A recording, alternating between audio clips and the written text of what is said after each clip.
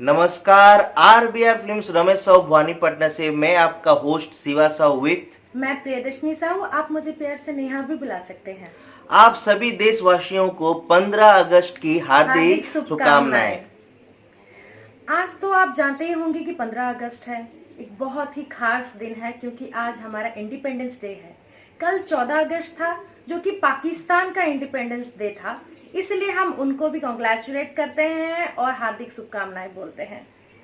तो शिवा, आज के ब्लॉग में हम क्या खास करने वाले हैं? कुछ इंटरेस्टिंग टॉपिक्स भी बोलने वाले हैं, कुछ ऐसी चीज़ें बोलने वाले हैं जो नॉर्मल पब्लिक के बारे में भी है और हमको जो कि सचेत करने के लिए है कि हमको क्या करना चाहिए और क्या नहीं करना चाहिए। तो चलिए ब्लॉग शुरू करते हैं जल्दी से। तो ब्लॉग शुरू करने से पहले मैं आप सभी को धन्यवाद कहना चाहती हूँ। मैं उन सभी को कॉन्ग्रेचुलेट और धन्यवाद बोलना चाहती हूँ, नमन करना चाहती हूँ जिन्होंने हमारे देश को इंडिपेंडेंस कराने के लिए बहुत सारी सेक्रीफाइसेस, यहाँ तक कि अपनी जान तक कुर्बान कर दिया था। तो अभी आ जाते हैं प्रेजेंट को। प्रेजेंट में हम बहुत बहुत बहुत लकी फील कर रहे हैं, इसलिए क्योंकि इस साल हम बहुत सारे गुड न्यूज़ पा रहे हैं इंडिया के बारे में। क्यों, है कि नहीं शिवा? हाँ, 100% है। ओलंपिक्स में हो या कोई भी गेम हो, इंडिया अपना झंडा गाड़ दे रहा है और देश लहरा रहा विदेश है। में। बिल्कुल, भारत का ध्वज हर ओर लहरा रहा है। हाँ। तो मैं इन सब का क्रेडिट, छोटी छोटी चीज़ों का क्रेडिट, आप छोटा बोल सकते हो लेकिन मेरे लिए वो बहुत बड़ा है, आप लोगों के लिए भी बड़ा है, क्योंकि इतने सालों बाद जो हमारा नेशनल गेम था हॉकी, जो कि धीरे धीरे लुप्त होते आ रहा था। हॉकी एक ऐसा गेम था जो इंडिया हमेशा गोल्ड पाता था उस जमाने में, जहाँ ना इंटरनेट, जब ना इंटरनेट था, ना ही कोई सोर्सेस ज़्यादा थे, तब भी इंडिया गोल्ड ला रहा था। पता नहीं इन सालों में ऐसा क्या हो गया कि धीरे धीरे लुप्त होने लग गया हमारा नेशनल गेम। पर वेरी स्पेशल थैंक्स टू नवीन पटनायक जी, आप हमारे प्रिय मुख्यमंत्री हैं और आपने ये प्रूफ करके दिखाया है कि, जैसे कि आप सभी जानते हैं कि श्रीयुक्त नवीन पटनायक जी ओडिशा के मुख्यमंत्री हैं। पर क्या आप जानते हैं कि वो एक बहुत अच्छे कलाकार भी हैं, वो एक बहुत अच्छे राइटर भी हैं। उन्होंने कभी शादी नहीं की, पर हमारे 4.5 करोड़ ओडिशा वासी के लिए वो हमेशा एक पिता के हिसाब से अपना फर्ज निभाते आए हैं।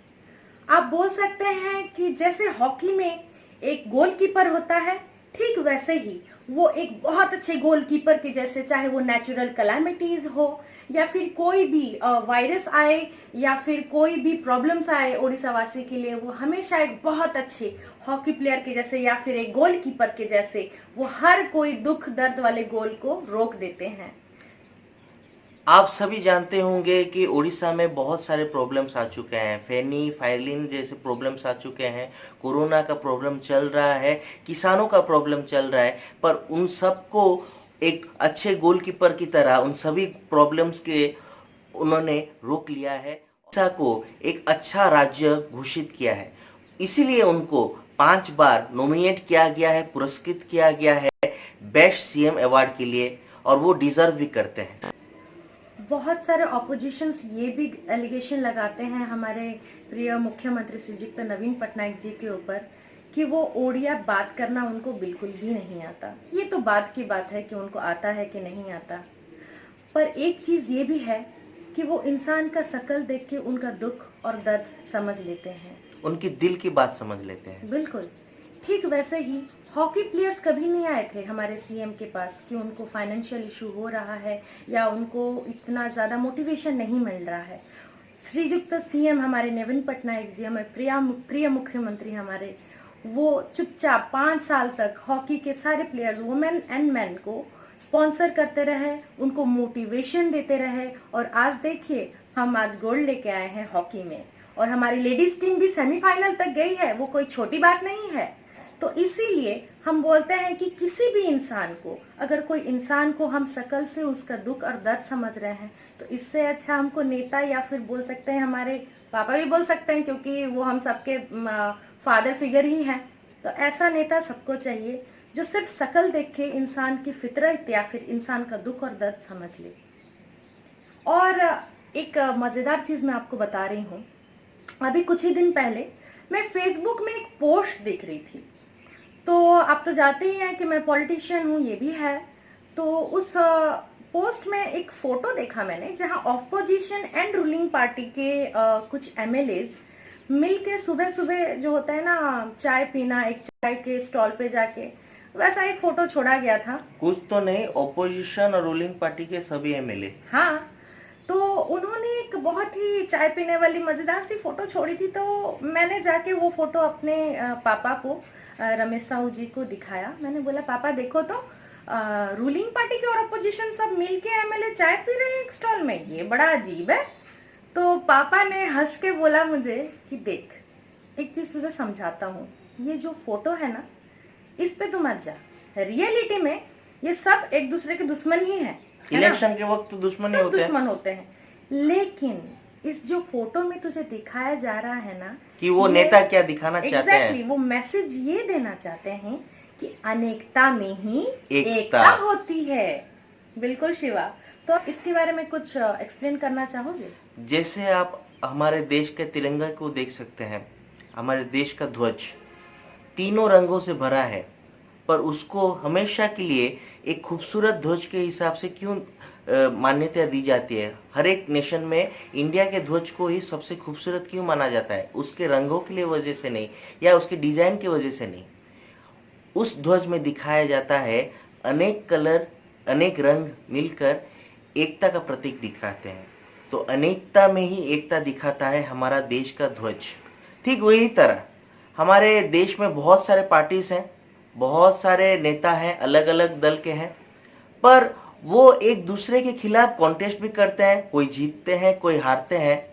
एक चीज है, कोई नेता कम काम करता है, कोई नेता ज्यादा काम करता है, पर हम सबको एक चीज यूनाइट करती है कि हर एक नेता कम काम करे या ज्यादा काम करे, वो देश के लिए ही काम करते हैं। इसीलिए हम बोलते हैं इसको अनेकता में एकता।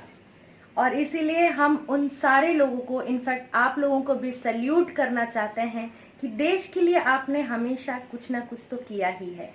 वैसे बोलते हैं ना, मेरा जूता है जापानी, ये पतलून इंग्लिस्तानी, सर पे लाल टोपी रूसी, फिर भी दिल है हिंदुस्तानी। जी हाँ, ये तो हो गई हमारी बात। अब चलिए थोड़ा सा रिक्वेस्ट कर देते हैं। हम आज आरबीआर फिल्म्स रमेश राव भवानी पटना की तरफ से स्पेशल रिक्वेस्ट करना चाहते हैं श्रीयुक्त पीएम हमारे जो मोदी जी हैं उनको।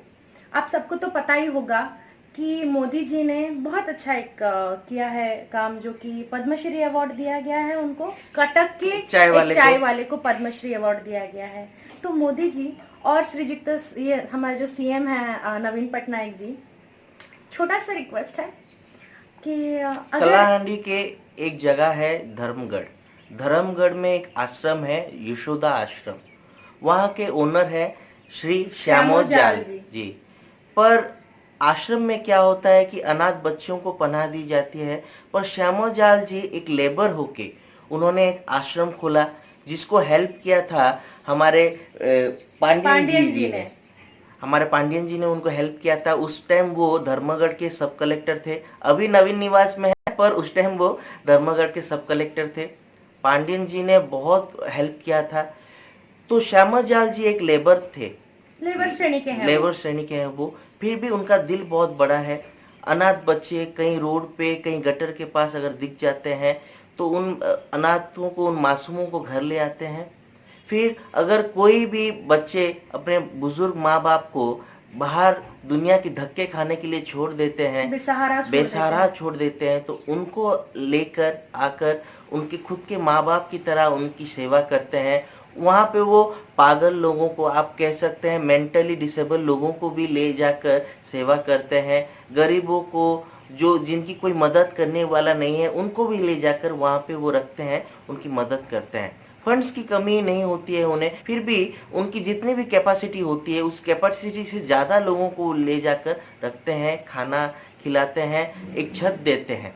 तो वैसे इंसान को डिजर्व करते हैं, बिल्कुल डिजर्व करते हैं। तो प्लीज़ हम अपने पीएम श्रीयुक्त मोदी जी को और हमारे सीएम जो कि नवीन पटनायक जी हैं उनको रिक्वेस्ट करना चाहते हैं कि उनका नाम दिया जाए, रिकमेंड किया जाए पद्मश्री के लिए, क्योंकि ऐसे इंसान जो हैं बहुत ही कम पैदा होते हैं। जी। वो एक लेबर श्रेणी के इंसान है, पर उनका दिल बहुत बड़ा है। कभी भी कठिनाइयों को उन्होंने कभी कठिनाइयों के आगे घुटने नहीं टेके, और उनकी बहुत मदद की थी हमारे पांडियन सर ने।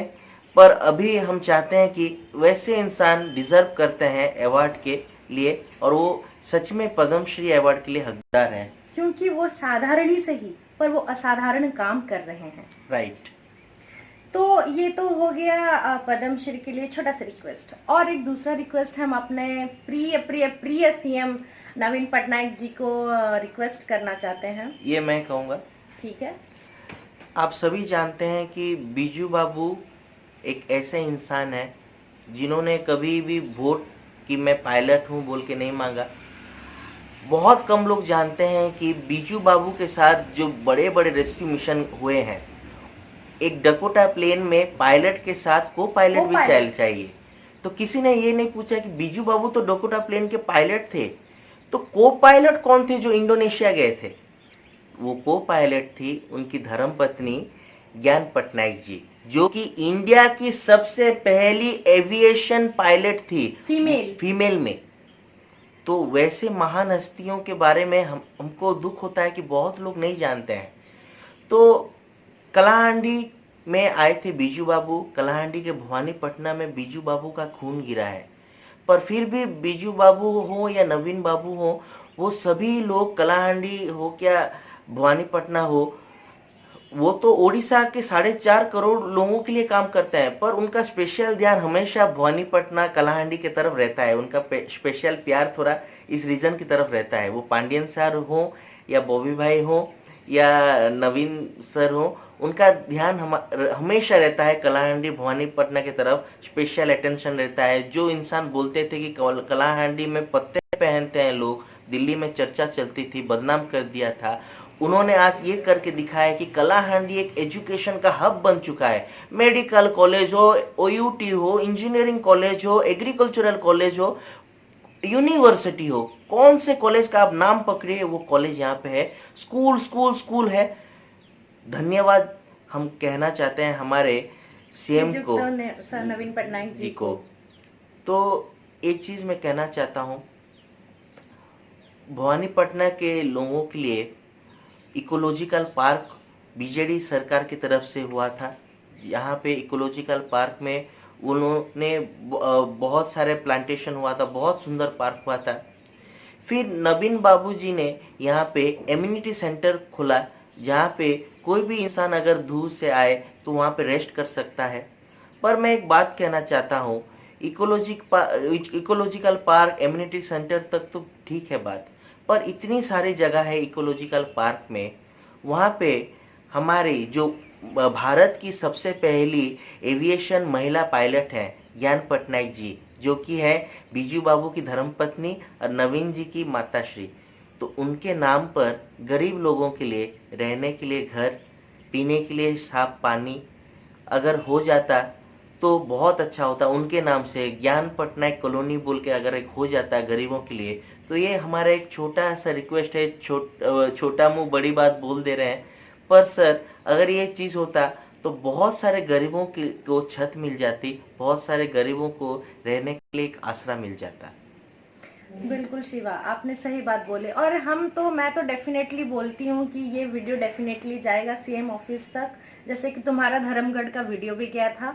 पांडियन जी ने खुद पर्सनली अपने फैन पेज पे डाला था शिवा का वीडियो, आप चाहे तो वो देख सकते हैं।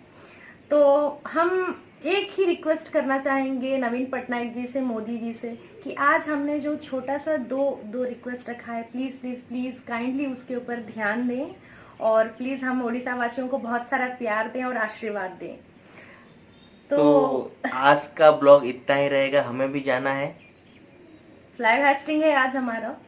तो आज हम सब आपको दिल से सलाम करते हैं, सल्यूट करते हैं कि आप देश के लिए ऐसे ही जज्बा रखें और आगे बढ़ें। और एक छोटा सा रिक्वेस्ट है आप सभी को। वो शिवा तुम बोलना चाहोगे या मैं बोल दूं? मैं बोल देता हूँ। ठीक है। एक चीज हम देखते हैं, आज तिरंगा ऊपर लहराता है, बहुत खुशी होती है अपने देश के ध्वज को ऊपर देख के सलाम करने में। पर जैसे ही 11-12 बज जाते हैं, फंक्शन ख़त्म हो जाता है। ये देखकर बहुत दुख होता है कि वही तिरंगा जो सुबह हमारे सर का ताज बना था, आज पैर की धूल चाट रहा है, पैरों के नीचे गिरा हुआ है। कहीं पान के दुकान में पुड़िया बनाने के काम आ रहा है तो कहीं नाली पे गिरा है। तो ये चीज़ मत कीजिए फ्रेंड्स। ये देश का तिरंगा है, इसको नीचे गिरा हुआ हम देख नहीं सकते। कारगिल में इसी तिरंगे को लहराने के लिए बहुत लोगों की कुर्बानी गई है। इसी तिरंगे को देश में लहराने के लिए बहुत लोग जेल कारावास काट चुके हैं, अंग्रेजों से पिट चुके हैं, अंग्रेजों की गोलियों की शिकार हो चुके हैं। तो इस तिरंगा का वैल्यू अलग लेवल तक है, इसको नीचे गिराना नहीं चाहिए। इसको अगर फंक्शन ख़त्म भी हो गया है, गिर भी गया है, कहीं आपने रोड में देखा तो उठा के साफ करके घर में रख दीजिए। ये एक रिक्वेस्ट है आरबीआर फिल्म्स की तरफ से, तिरंगे की जो होता है मान रखिएगा। तो ये कह के हम अपना आज का ब्लॉग एंड करते हैं। आशा करते हैं आपको हमारा ब्लॉग अच्छा लगा। अगर आपको अच्छा लगा तो प्लीज़ कमेंट सेक्शन में जय हिंद बोल के कुछ कोट्स लिख दीजिए, या देश के लिए कुछ अच्छा कोट्स लिख दीजिए।